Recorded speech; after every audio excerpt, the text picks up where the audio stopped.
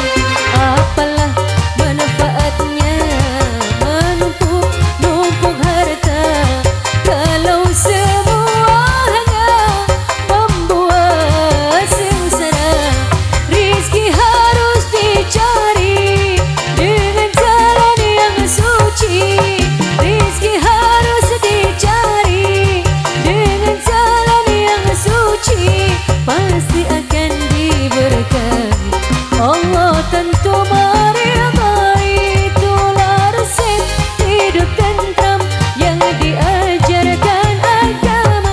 Itulah resep hidup tentram yang diajarkan agama. Ingatlah ingat jadi selamat di dunia dan akhirat. Itulah resep hidup tentram yang diajarkan agama. Itulah resep hidup tentram yang diajarkan agama. Ingatlah ingat jadi selamat.